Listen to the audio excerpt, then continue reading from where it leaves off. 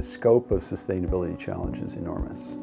By the middle of this century, we're going to have around 10 billion people on this planet, and most of them are going to be poor to desperately poor. So if we're going to achieve universal intergenerational human well-being, the shorthand that I use for sustainability, then we're going to have to be thinking very hard about what do you do, not with just those parts of the population that are leading the forefront of change and doing well, but what do you do with all those people who are not doing so well? This means to have any kind of an impact at all, you've got to be able to reach tens, if not hundreds of millions of people when you're talking about doing something for sustainability. There's no organization on the planet that can do that on their own. They just don't have the skills, they don't have the resources, they don't have the money to do it.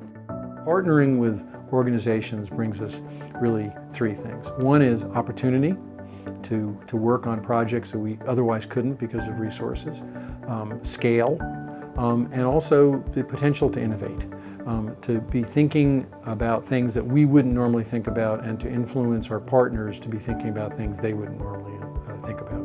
I can't try to become engaged and involved in changing and making a more sustainable, resilient world if I don't really work with the people who are involved. And so this co-production of knowledge, this involvement with local practitioners is fundamental to doing what we want to do here and doing what I want to do in these projects.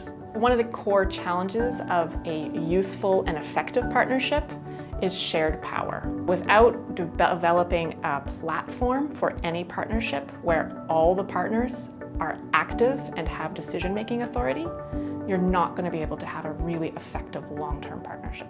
The only way you get legitimacy in different geographies is to work with people who are already legitimate there.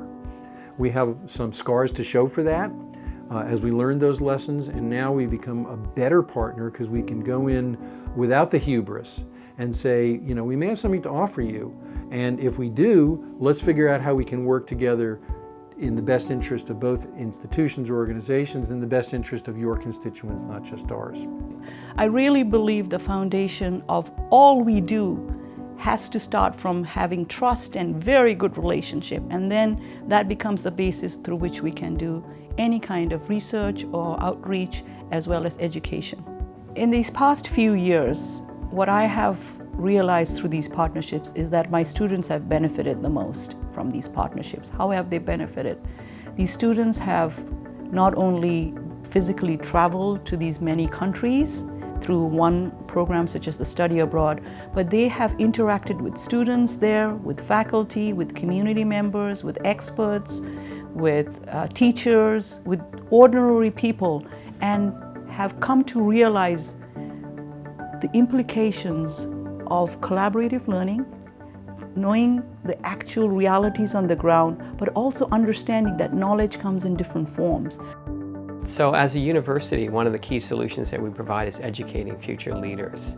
And we know that even though we've developed strong leadership in this field, that we would benefit tremendously from working with other universities and other institutions that educate not just college students, but K to Gray. We need to find a way to make sure that the education that we're providing here reflects all of the best thinking from all corners of the globe if we're really going to achieve the kinds of sustainability outcomes that we're looking for.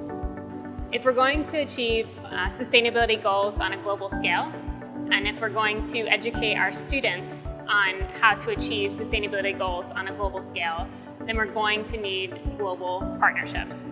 For our research, it quite simply would not be possible without these partnerships. I'm continually gaining insight, and my students have learned so much from the partnerships that we formed in my team. And I've seen the tremendous impact that collaborations across disciplines and agencies and cultures can have, and the real difference that it makes to our partners on the ground. And this is the kind of work that I want to be doing.